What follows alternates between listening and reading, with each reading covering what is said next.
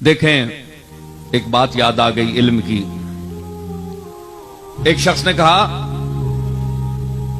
وہ داری تھا، منکر، اللہ کا منکر تھا. وہ کہتا ہے زمین آسمان اسی طرح بنے ہوئے ہیں اور چلتے جائیں گے.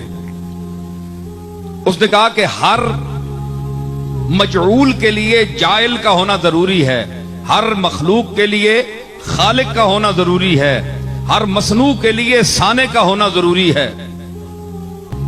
مسلمان تو خاموش ہے، وہ کہتا ہے کہ وہ اپنی ذات سے قائم ہے، اس کا کوئی خالق نہیں، لم یلد ولم یولد.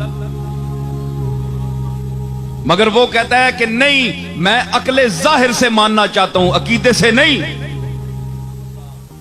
اگر میں قرآن کو مانتا تو پھر قرآن نے جو کچھ کہا ہے وہی میرے لیے کافی ہوتا. میں تو جس نے قرآن کو نازل کیا ہے اس کو بھی نہیں مانتا، تو قرآن کو کیسے مانوں؟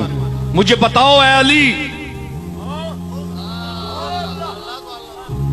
بتاؤ تمہیں جو شہر علم کا دروازہ کہا گیا ہے، نبی نے اپنے علم شہر کا تمہیں دروازہ کہا، تو اب دروازہ ہونے کا ثبوت دو.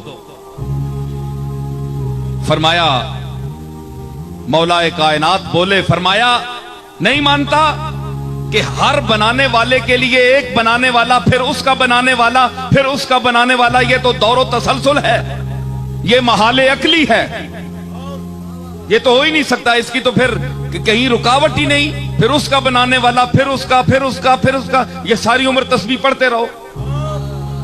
یہ تو محالات عقلیہ سے ہے. اس نے کہا نہیں، مجھے سمجھاؤ، بات سمجھاؤ. فرمایا گنتی آتی ہے، سنو علی کی ہے علم کی بات. فرمایا گنتی آتی ہے جی، 1 2 3 4 5 6 گنی نا. فرمایا الٹے گنو.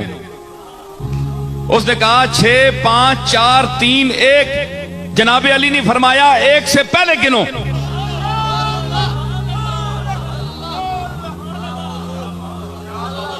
بھائی آگے تو جا رہے ہو نا، 1 2 3 4 5 ہزاروں تک، لاکھوں تک، پیچھے گنو. اس نے کہا جناب 1 سے پہلے تو ہے ہی نہیں. آپ نے فرمایا کہ بے وقوف، یہی تو علی کہتا ہے کہ اس ایک وحدہ لا شریک سے پہلے کوئی ہے ہی نہیں.